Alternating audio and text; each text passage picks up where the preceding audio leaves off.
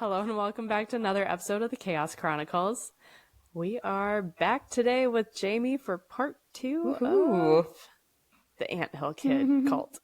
Trying to be excited. It's gonna get weird and interesting. Yeah. Hoping for a good outcome, but I don't know if I'm gonna get it. So It's I wasn't lying. It's it's a doozy. yeah.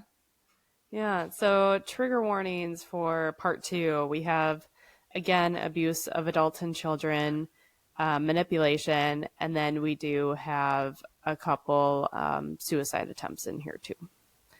But we will quickly run through those. All right, so Rock was released from prison in February of 1984. His followers wanted to stay in the city, but he had other plans. They went to a lot in Somerville Township and started building their new cabin. Rock promised them that he stopped drinking and there wouldn't be any more violence. Once there, Rock started calling himself Rock, so I am saying his name correctly now. Went from R-O-C-H to R-O-C-K. Okay. They built a 2-story A-frame home with a kitchen, bakery, root cellar, and a stone sanctuary, air quotes, or altar, and this is where he would go to talk to God. Sounds kind of nice. It does sound nice. And I'm looking at it on a map. It looks like it's in a nice area, like they were on a river maybe. Looks kind of nice. It looks kind of nice. This was built by 2 males and 9 females, 4 of whom were pregnant at the time. Whoa. And all of them were responsible for the commune's 10 children who ranged from ages 1 to 15 at that time. Whoa, so they're building this thing while taking care of all of these kids, many very young. Mm-hmm. Interesting. And where's Rock during all this? Just chilling, waiting for them to be done? He might pop up every once in a while and say he doesn't like something. Well, do better. We'll talk about him in a little bit for his reasons behind not partaking in the work. Of course he has reasons. Yep. Okay. I should have known. I should have wised up to it by this point. So Rock made a new hierarchy for the group too, and assigned each wife a different responsibility. The lowest was Marcy Griner, who was married to Jax, and forbid them from sleeping together and encouraged Jax to beat her if she talked back to either of them, to him or to Rock. Mm-hmm.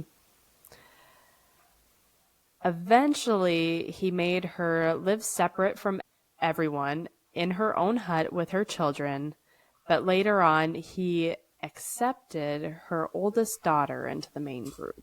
Oh my God. Mm-hmm. Wow. Mm-hmm. If you accepted her, how nice and unselfish of you, I'm sure. Mm-hmm. Oh, I hate this. Okay. Now, people in the area would actually come and visit, and no one knew how harsh the reality was that they were living in. They just thought that they were hardworking neighbors. They allowed visitors. Interesting. And yeah, I suppose they just kind of put on a show while people are there, so they're none the wiser. Mm-hmm. Oof. Now, the country didn't give them funding since they were an institution and not a family. Soon they weren't able to afford food, and Rock would order the wives to go steal things they needed from local stores. They even made jackets with huge inner pockets to do this. On January 31st, 1985, Jax was caught shoplifting, and the officer also found Gabrielle, Claude, Nicole, and Rock Jr.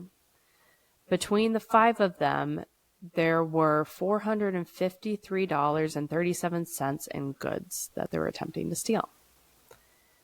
They were banned from shopping in the town. After this, Rock encouraged them to reach out to their families for funding. If their parents wouldn't help, it would reinforce what they believe, and if the family agreed, the group would have money to continue. So it was a win-win. Rock had brainwashed so many of them about their parents that many begged not to make the call. Wow. Whoa. I don't even have anything to say about that. That's Wild. shocking. Yeah. I mean, I know it's possible, but I just want to know how smooth of a talker this guy is. Because you don't just get there that quickly. Like, there's so many layers to this.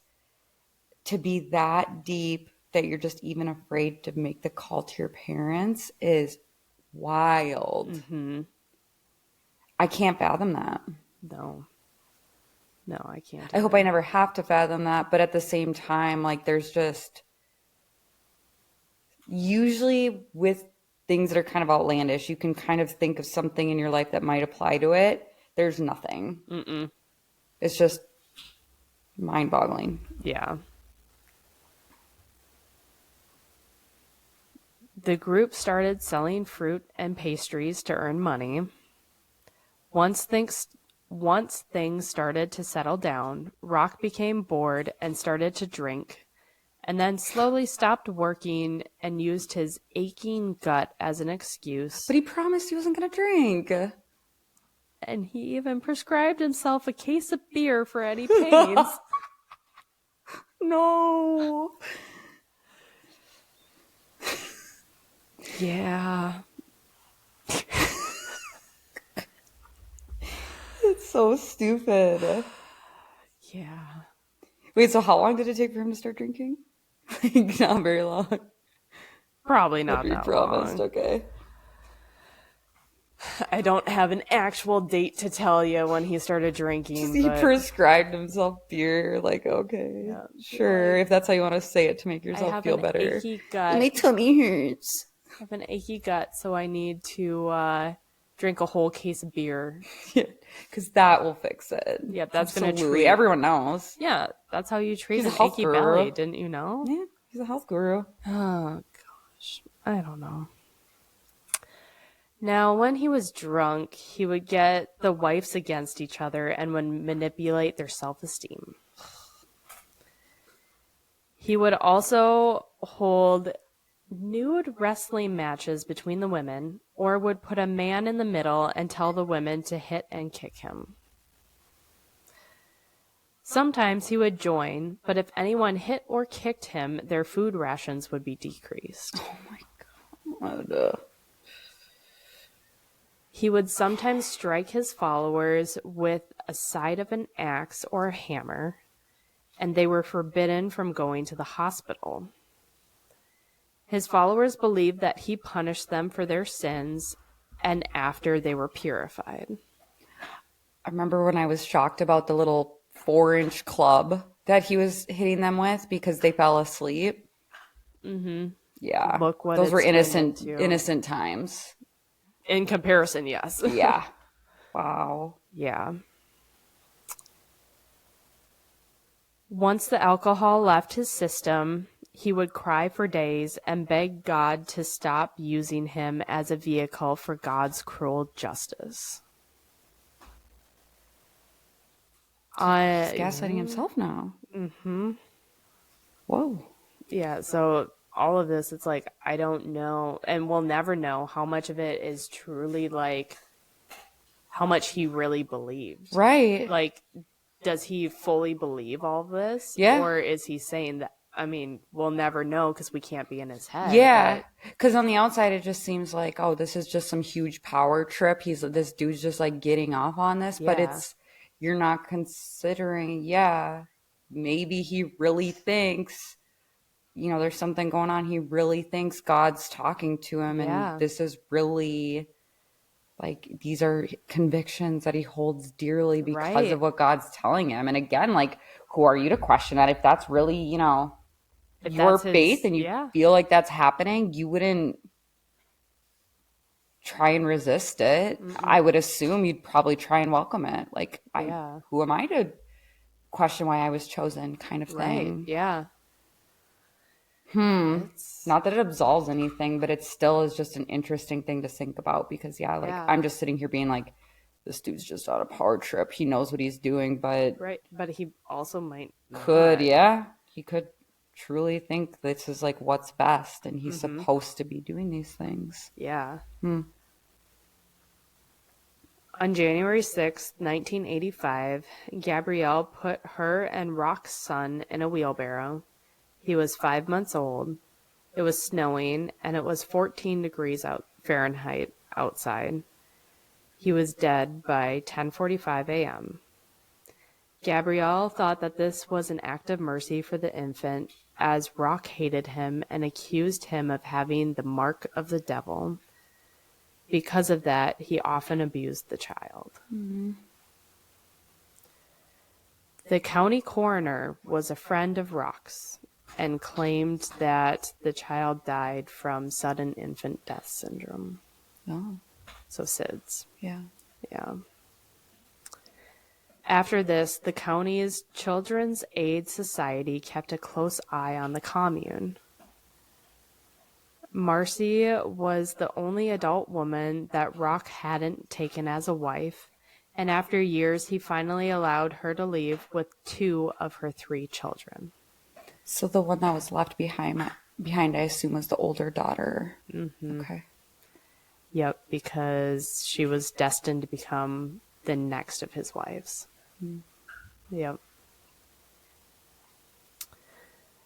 So Marcy left, and after 8 months decided to pursue legal action to get custody of her daughter back that she left behind. With this, she would have to testify on the conditions that the children in the compound lived in. That was all it took for the Children's Aid Society to go take all of the children there into foster homes. Yay.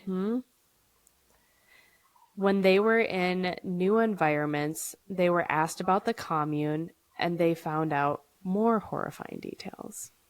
Rock had separated the children into 2 groups, his own children and chosen children who would enjoy privileged position, and then those who weren't his were regarded as animals and slaves. Rock considered his children to be children of God and the next generation of his religious following. He had made a rule that he was the only one permitted to express any warmth to the children, and he sometimes would hold 2 women's children over a fire, threatening to throw one of them in just to watch his wives beg for their children to be spared. Why? Again, he played many games mimicking the Bible story of Abraham and Isaac, like we talked about in part 1. The children had chores and were deprived of sleep, food, and hygiene. Most of the children were not educated, but were taught Rock's own religious education and sex education. Yikes, I can't even imagine what that entailed. He taught them that God lives underground because that is where the flowers come from, and that God sometimes will demand blood sacrifices. The first part was cute about the flowers. I know, I like that part. Oh, that's kind of cute. Yeah. And then we go to blood sacrifice. He did a secret ritual for just the children. If you want to skip ahead, it's really not too much detail that I talk about, but yeah. Skip ahead like a minute. Oh no, I'm scared. He did a secret ritual for just the children where Rock disemboweled a goat that one of his daughters raised and bathed himself in its blood. Why? Is this a Bible story? I mean, I know that there were animal sacrifices in the Bible, but I don't know anything specific. I mean, like, his daughter raised this goat, and he sacrifices it. I don't know. The children were also told about the sex rights of the cabin. To not go into detail, there's a lot of child sexual assault and abuse that happened. The court ordered an independent assessment. On October 26, 1987, the court ruled that the children be made wards of the crown. There was to be no parental access since the court believed Rock could pose a significant risk of molestation and exploitation. So you say no parental access. Do their moms have access or no because they're still part of it? Mm-hmm. Okay. Aww. At least to my understanding. Yeah. That's what it sounded like. Yeah. Which makes sense. I mean, because then there's still a connection. Mm-hmm. And based on how bad it was, I think the courts were probably just like, can't risk it. If that is the case, that there isn't any. Yeah. I could see why. Because he's a huge threat. Yeah. Mm-hmm. There is also an 83-page document of the testimonies for these children. Wow. That's so brave of them to be able to come out of that and talk about it. Mm-hmm. I mean, especially because they just don't have the context, the education. They're just, here's what happened. But wow. Yeah, but even with that, there wasn't enough to press more charges against Rock. How? And Marcy wasn't willing to testify against him. I mean, I can't really blame her. I can't either. That's such a hard position to be in. Mm-hmm. You want to be like, come on, get in. But I understand when people don't want to. You can't. Mm-hmm. I've never been in that position, but I can only imagine how hard it would be. Right. To stand up against your abuser, the abuser of these kids. Mm-hmm. And just knowing the following he has too. There's still people there. Yeah. Right. That's really hard. Mm-hmm. Well, life in the commune continued. Oh, Lord. One day, Rock became enraged with Claude Ouellette, and he ended up doing a procedure on him. And not really going into many details.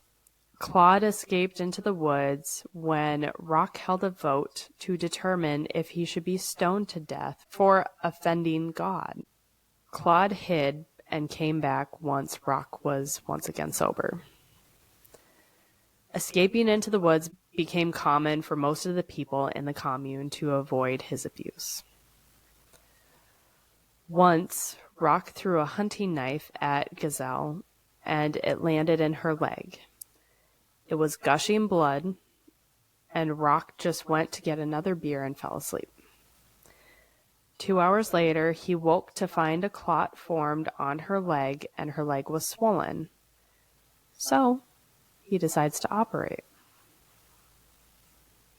He pressed the leg, probed it with a hot iron file, and poured cups of boiling water on the leg. A week later, the wound was infected, and Rock decided to fill the wound with salt, olive oil, and spruce gum. Once her leg was healed, she escaped. It healed? It healed.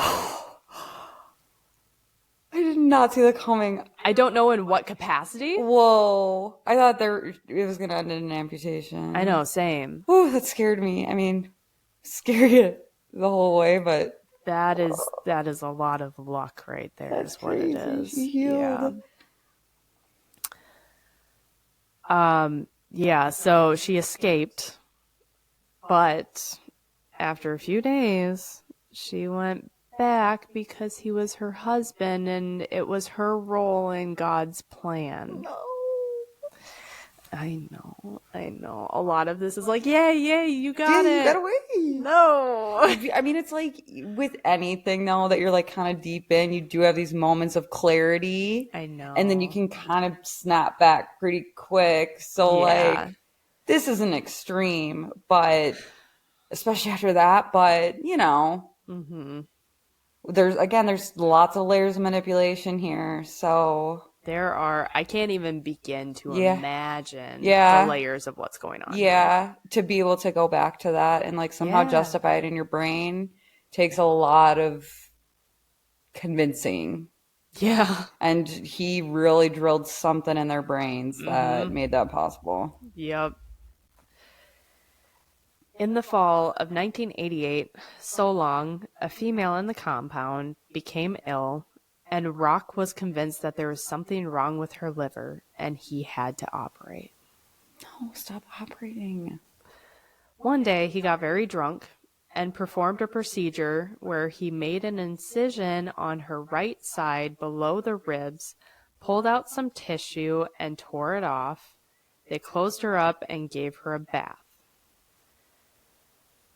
Well, she died that night from inflammation of the peritoneum from digestive fluids leaking into the abdominal cavity. So he just willy-nilly was like, took something out and was like... Well, this is where the brief mention of suicide attempts come in. Okay. Rock was so upset at first that he tried to kill himself in many ways. He tried to get Jax to shoot him. He then tried to overdose on Tylenol, and then he tried to drown himself. But then he said a force came to him, tore the bindings from him, and he came out of the water yelling, "God doesn't want him to die." He began to have... Oh, this is where it takes... I mentally blocked this. No. The look on your face, all of a sudden, the change in your face, I'm like, no. Oh. I don't know if we're going to be able to actually, like, react to this other than me talk as fast as possible through this and just go. Rip the Band-Aid off. Just because it's so weird. Okay. Rock began to have weird dreams where So Long, the person that just died, was inside of him, and he convinced himself that So Long was going to be the first, air quote, reverse birth, and that he was pregnant with his deceased wife, Solon. Rock convinced someone to perform a post-mortem marriage between him and Solon to make it official, since he had only recognized it as a marriage between Moses and Rachel, their Bible names. Rock ordered Claude to exhume Solong's body and then ordered Gabrielle to open her body and pour vinegar on her organs to keep the worms away. They buried her again, but dug her up in a few days because Rock had plans. He wanted to attempt to resuscitate her and was convinced he could do so. If you want to skip ahead about a minute, I don't blame you because it gets a little weird for 2 seconds here. Oh, it's not already super weird. Oh my god. Because we're going to talk about how he plans to resuscitate her. So, skip ahead a minute. I'm sorry, Jamie. I want to skip ahead a minute. So to resuscitate her, they drilled a hole in her skull with a hand drill, and then Rock masturbated into the hole. Gazelle told Rock that So Long wished to be cremated. He agreed, but before the cremation, Rock had Gabrielle remove one of her ribs for Rock to keep with him. Rock had 2 more children and was able to conceal them, and they also hid So Long's death from her family and police. I think we're done with the woo-doo-doo-doo. So he took a rib, so like an Adam and Eve situation. He was like, yeah. Cool. That's what I assumed so too, but... How does he keep getting weirder and weirder? Well, I wish I could say that was the end of the weird stuff and crazy stuff that he does. But on July 26, 1989, he became drunk again, and Gabrielle was his victim. No. Taking out most of the details here. You can go find them if you want them. I didn't want them. So basically, he eventually amputated her arm off. It became infected and he operated again. Gabrielle escaped on August 16th, 1989, and she made it to the hospital. By the time police were called, charges of aggravated assault against Rock were made, and when they arrived, the compound was deserted. Rock, Jax, Chantel, and Nicole left with their 2 babies to Quebec, and the others left to their families, and the spell was broken on them. The ones that left to go to their families. It took police about 6 weeks to track down Rock. Gazelle spoke up about So Long on October 6, 1989, and later that day, Rock was actually found and arrested. Everyone pled guilty to Gabrielle's amputation. Rock received 12 years. That was later reduced to 10 because of, quote, genuine remorse and concern for the victim, end quote, and that is according to the court. Jax received 5 years, Chantel received 2, and Nicole got 18 months. Police also pressed charges on Rock for first-degree murder, but the court found there to be not sufficient evidence to prove the murder been premeditated. He was then charged for second-degree murder, and his lawyer made a deal that Rock would plead guilty if no further charges were brought on him. Rock was sentenced to life in prison on January 18, 1993, and on February 26, 2011, Rock was found dead near his cell at 63 years old. His cellmate, Matthew McDonald, pled guilty to second-degree murder and was sentenced to life in prison. He was already serving a life sentence for a previous murder charge. Rock was stabbed in the neck with a shiv, Matthew walked to the officer station and handed them the weapon. Whoa. Okay, he got his comeuppance. I mean, not nearly as much as his followers went through, but... Yeah. But so that is what I have, and quickly to rattle off my sources for both parts: CBS News, The Star, UPI World News, Murderpedia, and CCLT Nation. There was some... what of a happy ending here. Okay-ish ending? Yeah. It's not like they all went down in like flames or something, and like this whole, I don't know.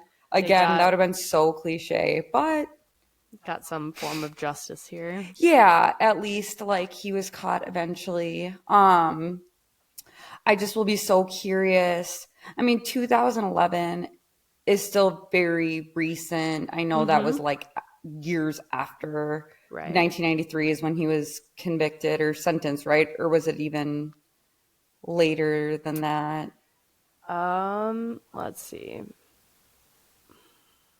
Regardless, not that long ago. He was arrested in 1989. 1989, okay. Yeah. So it's not like that long ago. Yeah, we are getting kind of far away, but I do wonder if any of the members have spoken out, or like any of the kids. I mean, I really hope the kids got the help they needed immediately and they don't have to like relive this and revisit it and like do interviews. But I would be interested if any of them did end up choosing to talk about it eventually, like when they were adults, or just like what happened with these, or even if people's family members spoke out about it. Because I know you hear about that a lot with cults. I think that would be really interesting just to kind of hear a little bit more of the other than saying like, oh, his charisma was great, which he had to have something there, just like what kind of specifically the tactics he was using to manipulate kind of, and like those the following, sort of things. I just want to know why. Yeah, definitely. Because it did start out rather innocently for the most part. I mean, you and I would see that and be like, oh, we're following these people to this like commune. That's a red flag. But if you're genuinely like thinking this is a really good way to build community in my faith, it starts out innocently and then it just can cascade. And based on the timeline, like that all happened very, very quickly to the point where I think you probably don't have a chance to really step back and be like, what am I doing? And there's kids involved too at this point too. So really it could be a situation where it's just like, I need to go into protection mode here and like do what I can. So there's just so many different elements to this that I would just be so curious to like hear more from somebody who is in it and maybe has a little bit of clarity now, if any of them do. I would totally understand if none of them wanted to talk about it ever exactly. again. I wouldn't blame that at all. It's just like, I need to leave that behind, because just hearing about it in some form is kind of traumatic, let alone to actually be exposed to it or live it.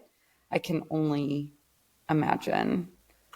And still, again, like, even though we're done with this, and I know all of this happened, it still does not seem real. Right. It still does just sound like let's just think of kind of the most insane things we can spin off of kind of like a classic cult. Like, let's think of these sadistic things. That's just what it feels like almost, because it's so surreal. Right. Yeah. It's, I told you it was a crazy cult story. I did not expect that. Again, I had never heard of this before. Thanks to my coworker. Thanks, Chad, if you're watching. Thank you. I am glad I got to like react in real time to it. Like, that was fun. Yeah. Because I'm sure so many people listening, like, it's gonna be you're gonna be reacting along with me as well. I might have had a few more choice words if I wasn't recording, but I was trying to play it safe. You know how that is. But yeah, that was very, very interesting. Glad there was a little bit of a happy-ish ending. More positive. Yeah. I'll take it. I'll take what I can get in this case. Yeah. Step forward from what was happening. Yeah. Well, that's what we have for this week. Thanks for coming back for part 2.